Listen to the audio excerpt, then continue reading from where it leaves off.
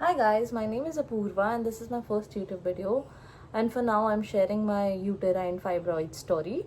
So this story is going to be about how I was diagnosed with 9 centimeter of fibroid along with symptoms that flipped my life upside down. So it all began in July 2024 when I started to get periods between periods. That means I got periods twice a month.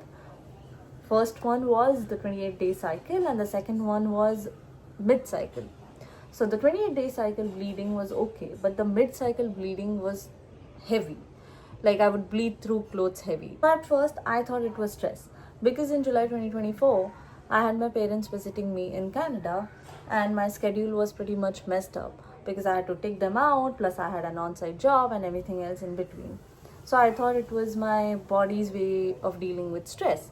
But the same repeated in the following month, that is in August. That's when I decided to visit my doctor.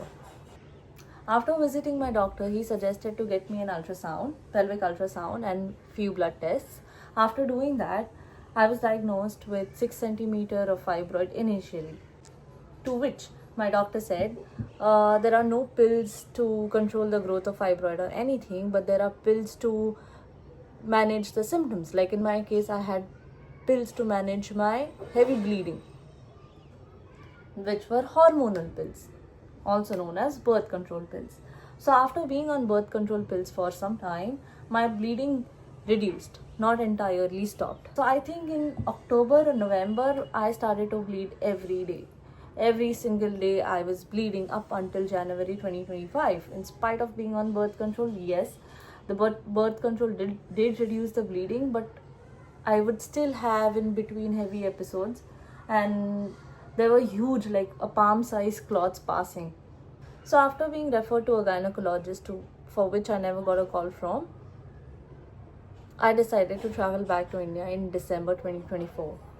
After coming back to India in December, my surgeons in India had escalated my situation because I was bleeding too much and my hemoglobin had come down to 6 in early Jan. And on 9th Jan, I had the heaviest bleeding episode of my life where I bled to death. My hemoglobin dropped to 2-3 GEDL. These are the levels where you can get a heart attack or heart failure or stroke, or anything could have happened to me that day. So the doctors gave me 4 units of blood here in India, and after a week or so, when hemoglobin was stabilized, I was taken under an emergency open myomectomy. So myomectomy is a medical procedure to get rid of uterine fibroids.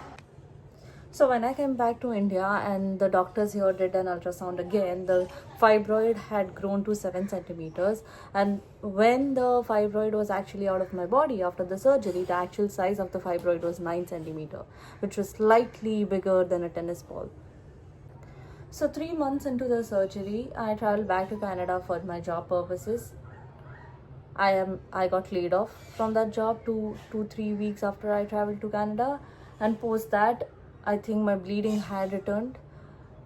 I will talk more about the bleeding that started this time, like this year, in the next video. But the whole point of these videos is not for sympathy, it's just to raise awareness of how problematic fibroids could get for some people, or some of the fibroids are asymptomatic, like women will show no symptom but can still have them.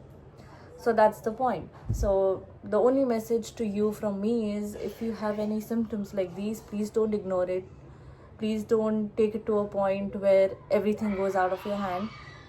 When you have time, get it checked, get it diagnosed. And I think as women, we are taught to deal with it, like heavy periods are just the way we are supposed to live. No, please go see a doctor if your body is showing any signs of symptoms of something that is not right. Get it checked. Don't take it out on yourself, because especially the women living abroad and doing everything by themselves, you have to get yourself checked.